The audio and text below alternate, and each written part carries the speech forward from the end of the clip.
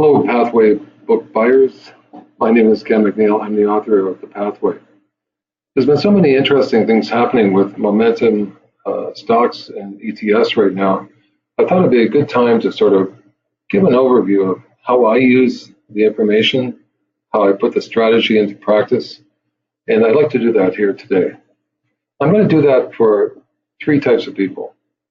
People that are very uninterested in the markets and just want to be in relatively good things. If there's a change in trend, a big change in trend, they want to be able to switch to new things that are outperforming. And the second level are people that sign up for the extra charts and they want to take a more closer look rather than looking at things monthly like the first group, maybe looking at them weekly or just more often. They want to keep better informed. And the third type are those active people that want to make the most of the markets. They're on top of the situation, looking at things closely. And so I'll be looking at those three types of people. So the first type are those that are just taking a very laid back, long-term view. Now, recently, I've been watching a couple of things. Japan and healthcare, the healthcare industry. So what's been happening is that strategists I follow have been saying that Japan is good value, the political scene there is good, it's their time, and so on and so forth. So I do, though, want to make sure that it's outperforming because, for instance, for several years, people were saying Europe was a great place to be, that it was cheap, it was going to start outperforming the US and buy cheap and so on and so forth. But it didn't. For many years, the US market kept outperforming and Europe struggled. So I don't want to have just a theory. I want to make sure that whatever the ideas are actually coming to fruition by actual outperformance. So I've been watching Japan on that basis. So in the book, and you get to keep the book forever, the ebook, and there you have charts in there that are linked that update. So let's go to that page, and here's the Japan chart. So when I look at this, what am I looking for? Well, here we have up here is the running 9-month performance. And so we see the Japan fund is slightly ahead of the US market. Now, this book is designed for Canadian, US, and international investors, so I do have the Toronto Stock Exchange performance in here as well, but you can ignore that. Just if you're an international book buyer or US, just look at the red and black lines here. So I see it's now down below here, it's a little bit better view because it just takes a difference between the US and Japan, and you can see it's slightly above the zero reference line. So in other words, it gave a buy signal.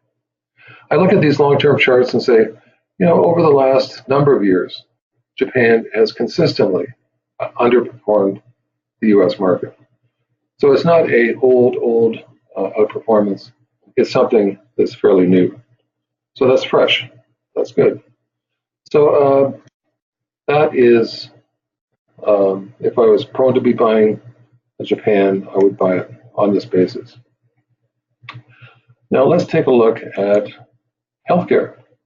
In the book, there is the general 11 industry groups, one of which is healthcare. Here we go. So on a similar basis, we look at this, and if you're interested in healthcare and you think that the long-term outlook for the industry is good because of the aging population, so on and so forth, you might be watching this. And recently, it started to outperform back here. In fact, if you look at this chart down below here, right in here. And that was likely after the Obamacare was not repealed and replaced, so that made things that much better. So this is a chart I might look at in the book on occasion to see whether or not it's continuing to outperform. Once again, on this longer term chart, I look at the red line here being below zero, meaning that this ETF had been underperforming consistently for 2 years. So it's also not an old outperformance, it's a new one. So being fresh, it could be the start of something good. So that is for the laid back investors. Okay. Now, for the more involved investor, we have this. Now, these charts come complementary with the book for a few months, but they are very in-depth and have a lot of information in them.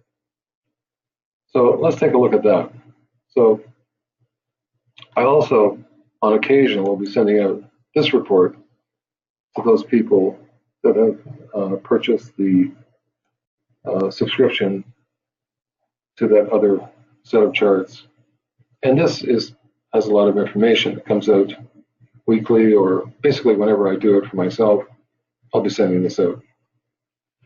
So looking at this, a few things might jump out. Now, if you're just a long-term investor, you're just interested in when major trends, the longer-term trends are changing, then you're just looking at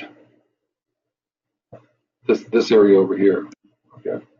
Now, what I do is every time I do this, I rank the long-term 9-month performance from 1 to the end. And so what, as an investor, you're looking at here is whether the trend is changing. Now, one thing I do here is if it's a brand new negative, so in other words, it was positive, this ETF, US broker and dealer, was outperforming the Standard & Poor's index, but this week it went to underperformance. So this is the dark one, is that. If it's just simply pink, like for instance here was the first week it went negative, after that it just stays pink. So that's a continuation of that. Just out of interest, the solid green is the first week of outperformance by this. So it sort of jumps out at you if there's a new trend being established. Now, so looking down the list, if I was just a laid back, longer term investor, this might help me jump out of something that is now starting to go down. So that's that. So I'm looking at this longer term area and reacting accordingly. Now, having seen this, I can then go back over to the other charts. And let's take a look at that. And here we are. I'm going to go down to the industry groups, and broker dealers are in this area here. This is, they're under financials, and here's broker dealers. We've got the long-term charts, we've got the short-term charts, and we've got the leaders and laggers from the last low. Okay. So at this point, we're just looking at this area here. Leaders and laggers will come later for the more intense people. But here I would look at the short-term chart, broker dealers, and we can see, yes, it has started to underperform the market.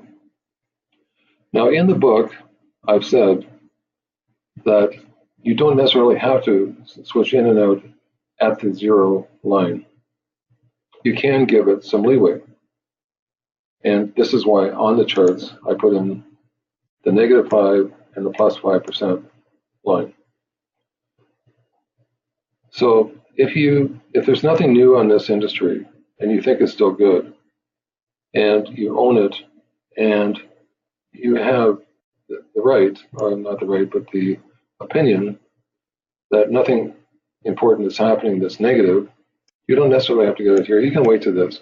I would say, though, that my own history is that normally after something has gone down more than 5% and it's underperforming by more than 5% over a 9-month period, it's usually the trend is over. So, but in any case, it does give you some leeway. You don't have to be a slave to these charts.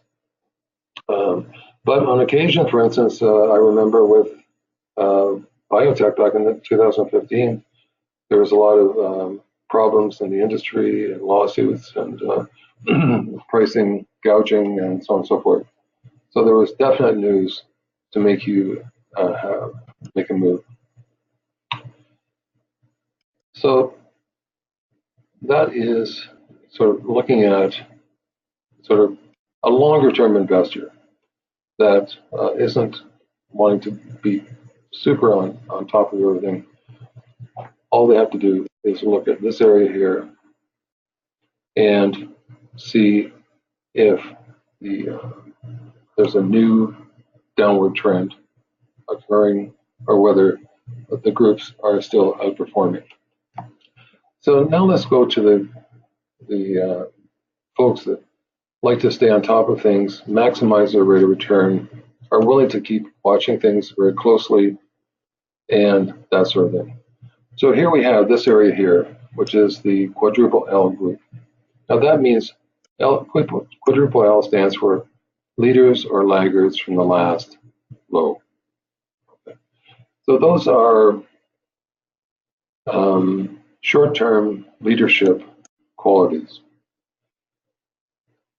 A leading group, particularly industry groups, can lead for several years until they stop leading.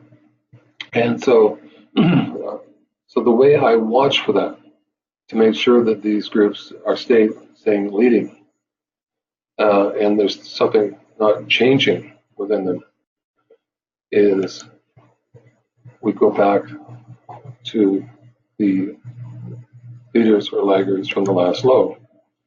So once again, let's take a look up here at Japan in this chart over here, Japan quadruple L. So here we have the longer term chart, this 9-month performance relative to the S&P 500. And we see here at this point, it started on a 9-month basis to outperform. Now this is from the last sentiment low, August 18th. From then onward, at this point, Japan started to outperform the US, even on a short-term basis. So long-term outperformance and short-term leadership. Now, how do I get this August 18th date? How did I pick that? Well, let me show you. What we want to do here is find out intermediate corrections in the stock market. And so I go to sentimenttrader.com, which, by the way, for any do-it-yourself investor, is a great investment. They have numerous sentiment indicators. This is just one. This is the CNN Fear and Greed Proxy. So CNN, the network, actually puts this out every day. And it's a culmination of many sentiment indicators to show whether people are overly optimistic or pessimistic. So it goes in a range. And here it is. So this is excessive optimism up here, excessive pessimism. And we see that early in 2016, we had a pessimistic low, one here, one here, one here. So this was August 18th in here. So that's how that happens. Now, somewhere in the future, what might happen is that the stock market has a correction. This will go down here. And when it starts to go up and the stock market turns up a bit, I will then, what I'll do is I'll go back and change all the quadruple L charts to some future date. So that's a bit of work, and that's why people that go beyond the complimentary period are going to be paying a couple $100 for this wonderful set of charts. But The so let's take a look at over the last year or two what's happened on those. But so here we have the sentiment lows, and even though this one and the Brexit time of Brexit, that was time of Brexit here. It didn't quite down. We had a sentiment low here. This was before the Trump election, and this was July this year, and this was August 18th. So once again, I'm going to go back and on my system change all of these to the new sentiment low. So now let's take a look at ETF performance here. So this week was very unusual. We had a very big drop in healthcare.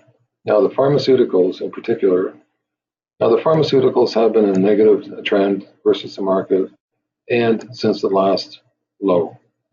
So both negative. But there was a severe drop. They had been starting to outperform a bit, but have now dropped down dramatically. In the healthcare area, there was others as well that were having a problem. We have here biotech. A biotech dropped off. So even though it's on a 9-month basis outperforming, all of a sudden it started to underperform. The healthcare sector in general also had a big drop in performance. So when that happens, and if I'm in healthcare, and see these are bright red here, that means that it's the first week of underperformance in the last since the last low. So I'm looking around thinking, what's happening? I'm talking to people, I'm reading things, or maybe I'm already familiar with the situation if I'm on top of the healthcare industry. But it certainly will get me looking around as to what's happening. Now then we can also go back to the individual charts. Healthcare area and biotech leader and lower last low is here. So here we have a situation where on a 9-month basis it's still positive and it's not quite yet at the 1% below that, but since the last low it was outperforming very nicely, but in the last week it's really fallen off pretty dramatically. Let's look at healthcare. The general industry is up here. Here we have a situation where the healthcare industry is still outperforming the S&P. It's above the zero reference line, and here it's fallen somewhat. So you have to sort of question yourself, is there something happening here of a major nature, or is it just a small blip? Should you stay with a longer term trend or not? I mean, you are the do-it-yourself investor. It's your decision. You look into it and you make your own judgment.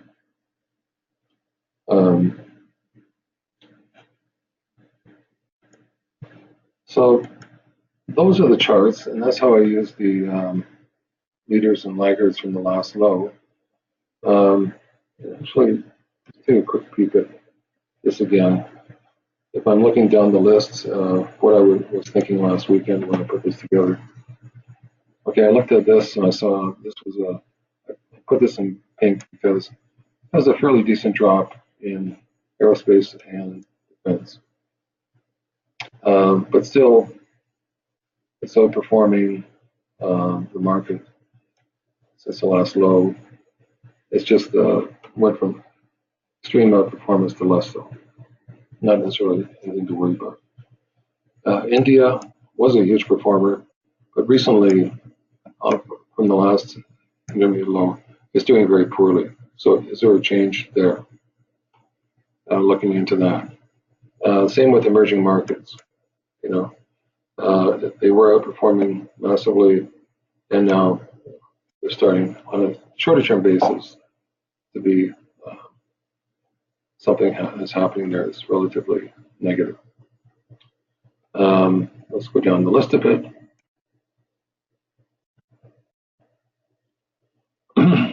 And here we go. Global jets, you know, it was a huge outperformer. It has been for the last number of weeks on a 9-month longer term basis underperforming, but it started to come back, and that gave some hopeful sign. But what's happened in the last week is a dramatic fall off again. So once again, you have to say, why is that happening? You know, if you bought the Global Jets airline industry ETF because you thought it was a bargain and you're buying it on the basis of from the last low, it has to say, why is this happening? Maybe it's that energy prices have come up a long way. That means that their costs will go up. That kind of sort of thing. So look into why this might be happening and decide what to do from there. What else is happening here? Food and beverage, you know, something negative is happening there. And the gold miners continue to do poorly. So that's how I use the charts, the leaders and laggards from the last low. Now, on this chart page, here's something that people should look at. It's handy, very handy. At the top here, we've got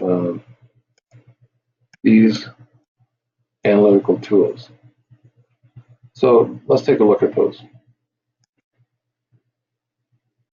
First, we have the SPDR sector analysis. Now, this is an ETF company that's giving you really excellent free information. So this is the monthly sector views.